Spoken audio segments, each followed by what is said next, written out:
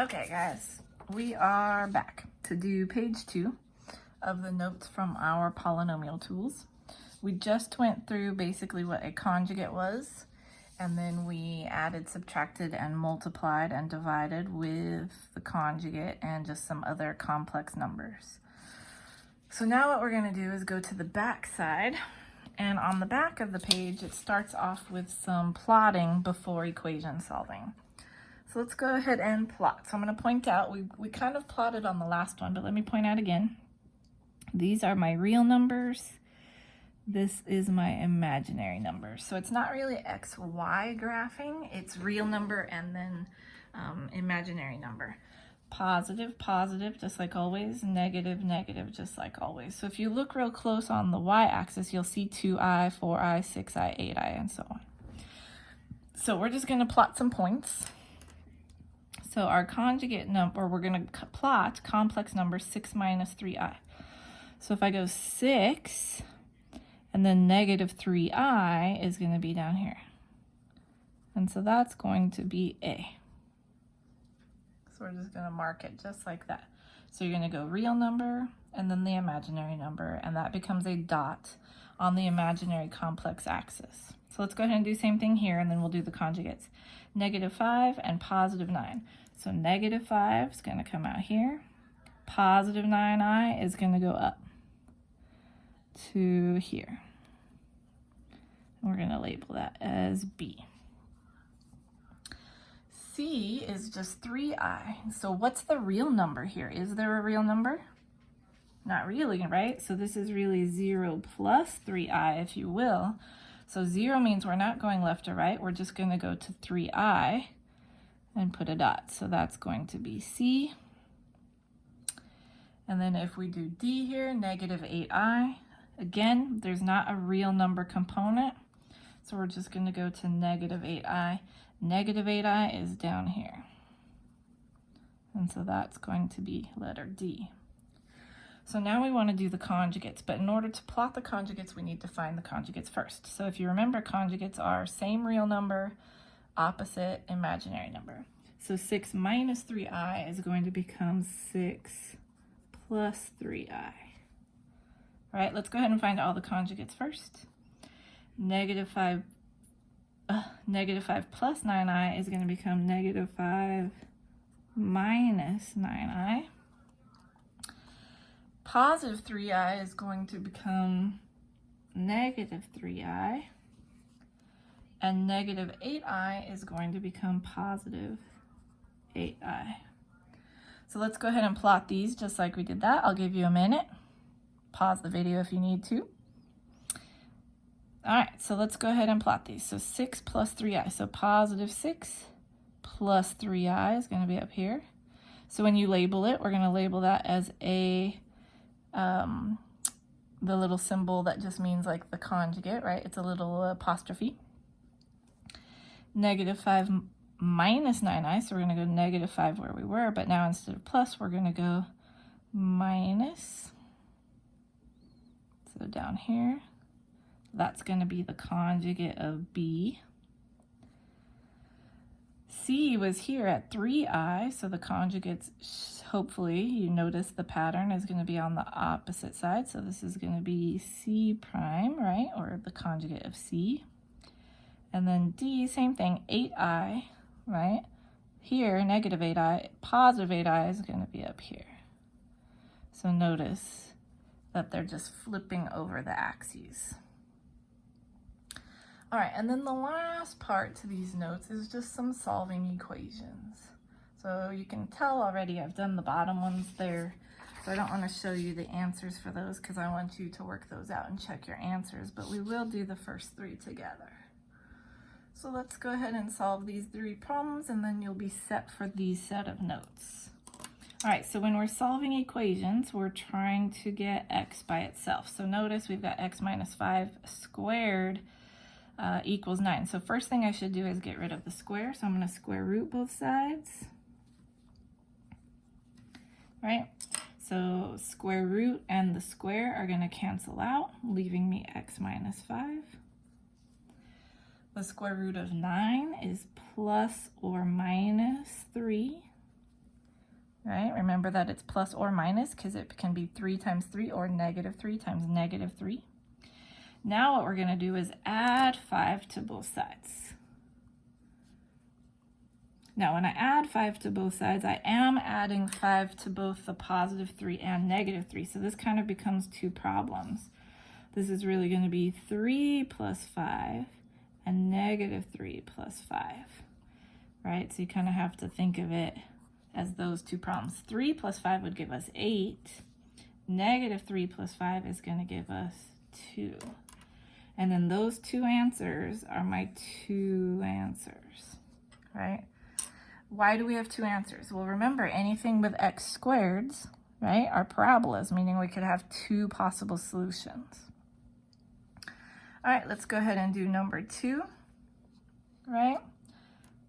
Oh, I made a mistake. I realized I should not be doing all of these. I should have gone down. Oh, that's all right. We'll work through the first couple. So again, notice I'm just solving an equation. We're going to square root, right? Get rid of the squares. So that leaves us r plus 3 equals square root of 5. Well, there is no square root of 5, so we're just going to leave it as square root of 5, but we're going to say plus or minus square root of 5. And then I still need to subtract 3 from both sides. But when I subtract 3 from the square root, I can't really do that. And so what's going to happen is we're just going to say, hey, this is just negative 3 plus or minus the square root of 5, because I can't really combine them together. I'm going to leave it as a separate statement. I'm going to put the whole number out front, so negative 3 comes out front, and then plus or minus are going to be my two signs, because I actually have two problems, just kind of like we did here, right? 5 plus or minus 3. 5 plus 3 was 8 though, and 5 minus 3 is 2. So same thing here, it's just I cannot physically do the arithmetic like I did here. And so that is going to remain my answer.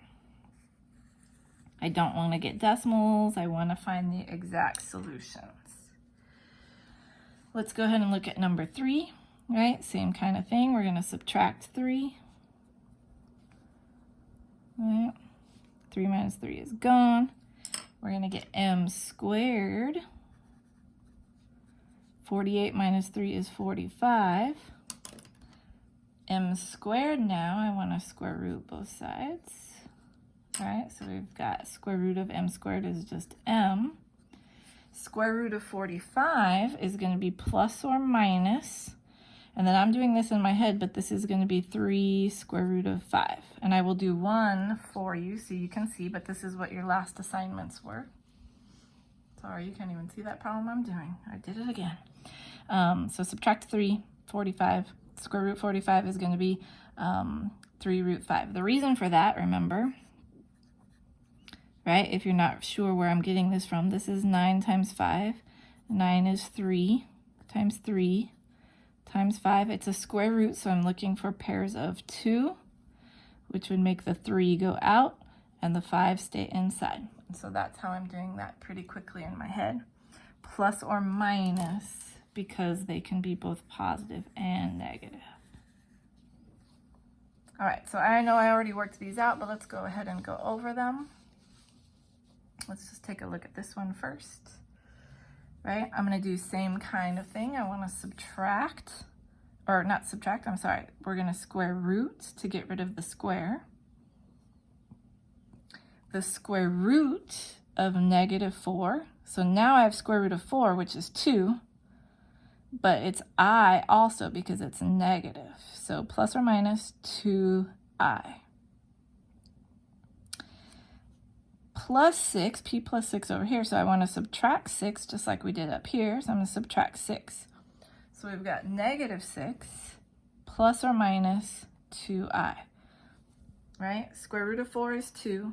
It's negative, so that's where the I comes from. Plus or minus, because all square roots are plus or minus. And then whole numbers go out front, imaginary numbers go at the back. And so we're going to write our answer as negative 6 plus or minus 2i. So if you want to try the next one on your own and then check the answer, you can pause the video and then come back to it. But let's go ahead and move over and look at number 5. So again, it's squared, so I need to square root both sides so I can get d by itself. I'm going to square root negative 20. Well, square root of negative 20 is 4. 20 is 4 times 5. Square root of 4 is 2, but the 5 does not have a square root, so it's going to stay inside. Again, I'm doing all of that quickly on my head. If you have to do it off to the side, feel free. The I, because it's negative 20, right? And plus or minus, because all of my answers are going to have plus or minus from now on. Just like we did on the last one where we subtracted 6, we're going to add 1 to get rid of that. So we're going to add 1. 1's a real number though, so we're going to put that in the front, and then plus or minus my imaginary number at the back. So again, pause the video if you want to try number 6. Otherwise, we're going to go on to number 6. On number 6, you have a couple more steps in here. So we do have w minus 2 squared plus 7. So I have to get rid of that plus 7 first because the w's in the square. So we're going to subtract 7 rather. So we're going to subtract 7 from both sides. 4 minus 7 is negative 3. W minus 2 squared, I need to square root to get rid of the square. So square root both sides. Square root of negative 3 though is just the square root of negative 3. I can't really simplify it, other than taking the I out because it's negative. So we're going to take the I out and leave the root 3. So plus or minus, because they're always plus or minus, I square root of 3. And then just like before, we're going to get rid of that w minus 2. So we're going to add 2 to both sides. 2 is the real number, so it's going to go out front. Plus or minus I square root of 3. How are we doing? I hope you're doing these right and getting right answers when you try it. All right, let's go ahead and take the look at the last 3 real quick. So here's number 7, if you paused it so you could try it on your own first. But let's go ahead and look at number 7. Notice this is 3 times k minus 7 squared, so we're going to divide both sides by 3. Get rid of that 3 first so that the k is by itself. Negative 27 divided by 3 is negative 9. K minus 7 squared. Undo the square by square rooting. So we're left with k minus 7 over here. 9, square root of 9 is 3. So this is going to become 3, but it was negative, so I, but plus or minus. And then we want to add 7 like we have been, right? So add 7 over. 7 is the real number. It's going to go in front. Plus or minus 3i. How are you doing? I hope you're getting these right. As you move on to more complicated equations, all of the steps are the same that we've been doing all year long. The only thing that's different now is the i's, right? And writing our answers with real numbers and imaginary numbers. All right, let's take a look at number 8. All right, so here's number 8. Lots going on in this problem. So negative 4 times t plus 6 squared plus 4. Remember, anything added or subtracted has got to go first. So we're going to subtract 4 first. That gives us 96. We've still got the negative 4 t plus 6 squared. I need to get rid of that negative 4. So because these are being multiplied, I'm going to divide both sides by negative 4. T plus 6 squared is what's left over here. 96 divided by 4 is 24, but it was negative, so I'm going to bring that negative down. T plus 6 squared, in order to undo the square, we're going to square root both sides. That leaves me t plus 6. 24, right? Again, 24 is 6 times 4. 4 is 2, right? If I square root 4, I get 2, so that's where the 2 came from. And the 6 is because 3 times 2 doesn't have any pairs to take out, right? So again, if you have to do that off to the side, feel free, but that's the square root of negative 24. Plus or minus, because they're all plus or minus. 2 root 6, but it has the I in there because it was negative.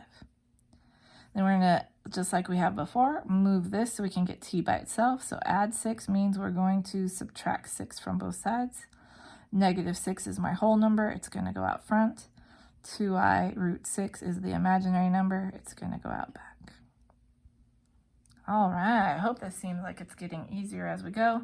Last one. right?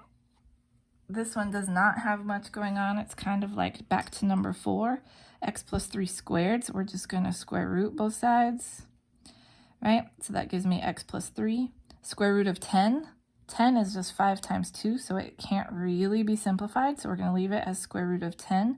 But what I can do is take that negative and make it the I. So the I square root of 10, plus or minus, because they're all plus or minus. Before, x plus 3, so we're going to subtract 3 from both sides. And again, the negative 3 is my real number. It's going to go out front, plus or minus I root 10. And that will do it for our complex numbers. So hope you learned something. Hope it makes sense. I will post just some explanation about the next set of notes. You actually have 2 sets of notes for the next thing, which is factoring.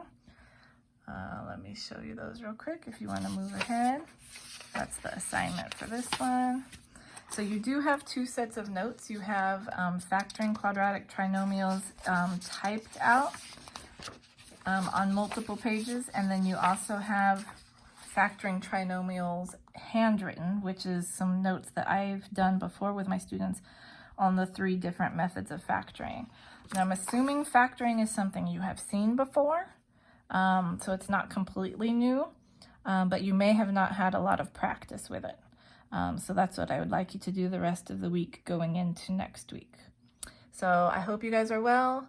I hope this made sense. If you have questions, please text or email or comment in Google Classroom, and I will get back to you as soon as I can. Have a great day, guys. Bye.